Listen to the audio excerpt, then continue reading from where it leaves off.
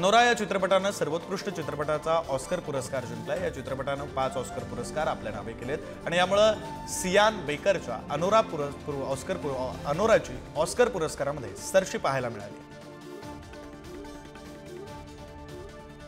बहुप्रतीक्षित ऑस्कर पुरस्कारांची घोषणा आज झाली आणि यामध्ये कीरन कल्किन हा सर्वोत्कृष्ट सहाय्यक अभिनेता ठरलाय। प्रसिद्ध कॉमेडियन आणि पॉडकास्टर कॉनन ओब्रायन यानं या कार्यक्रमाचं सूत्रसंचालन केलं।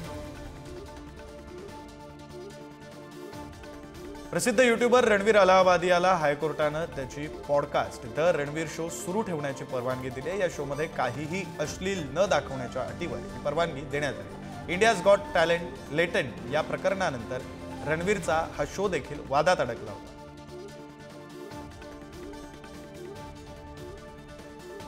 बॉलिवूडचे बिग बी अमिताभ बच्चन यांनी अभिनेता रणबीर कपूरला पत्र लिहिलं। या पत्रातून त्यांनी रणबीरला त्याच्या नव्या लाईफस्टाईल ब्रँड बद्दल शुभेच्छा दिल्या।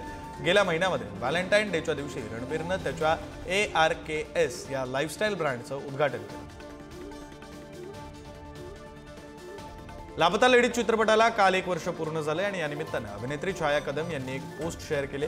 गेल्या 1 वर्षामध्ये माझ्यातल्या मंजूमाईवर तुम्ही केलेलं प्रेम हे माझ्यासाठी एक अनस्क्रिप्टेड स्क्रीनप्ले आहे। हे प्रेम असंच अनस्क्रिप्टेड राहू द्या असं त्या म्हणाल्या। अभिनेता विकी कौशलनं छावा चित्रपटाच्या चित्रीकरणाबाबत एक पोस्ट केली आहे।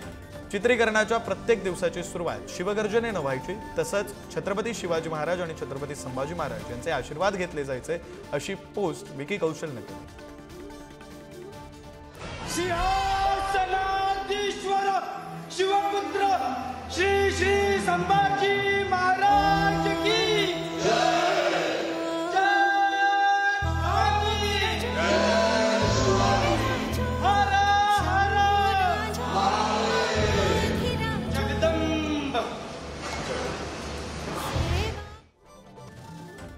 अभिनेत्री जुनेलिया देशमुखनं तिच्या दोन्ही मुलांच्या शाळेत एका कार्यक्रमानिमित्त उपस्थिती लावली होती। यावेळी जुनेलिया आपल्या दोन्ही मुलांमधले कलागुण पाहून थक्क झाल्याचं पाहायला मिळालं। याबाबत पोस्ट शेअर करत तिनं दोन्ही मुलांचं कौतुकही केलं।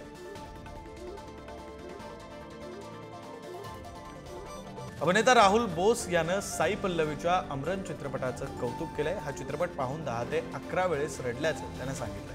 राहुलनं स्वतः या चित्रपटात कर्नल अमित सिंह यांची भूमिका निभावली। हा चित्रपट प्रदर्शित होऊन 100 दिवस पूर्ण झाले। 21 मार्चपासून मराठी अभिनेते प्रशांत दामलेंचं नवीन नाटक कुटुंब किर्रतन हे प्रेक्षकांच्या भेटीला येणार आहे। नाटकामध्ये प्रशांत दामलेंसोबत संकर्षण कराडे, वंदना गुप्ते सुद्धा पाहायला मिळणार आहेत। तर काही दिवसांआधी दामलेंनी सोशल मीडियावर नाटकाबाबत एक व्हिडिओ सुद्धा पोस्ट केला होता। अभिनेत्री सोनाली कुलकर्णीचा नवीन चित्रपट लवकरच प्रेक्षकांच्या भेटीला येणार आहे। चित्रपटाचं पोस्टर हे सोनालीनं नुकतंच तिच्या सोशल मीडियावर पोस्ट केलंय। या चित्रपटामध्ये सोनाली कोणती भूमिका साकारते याबद्दल सगळ्यांनाच उत्सुकता लागली।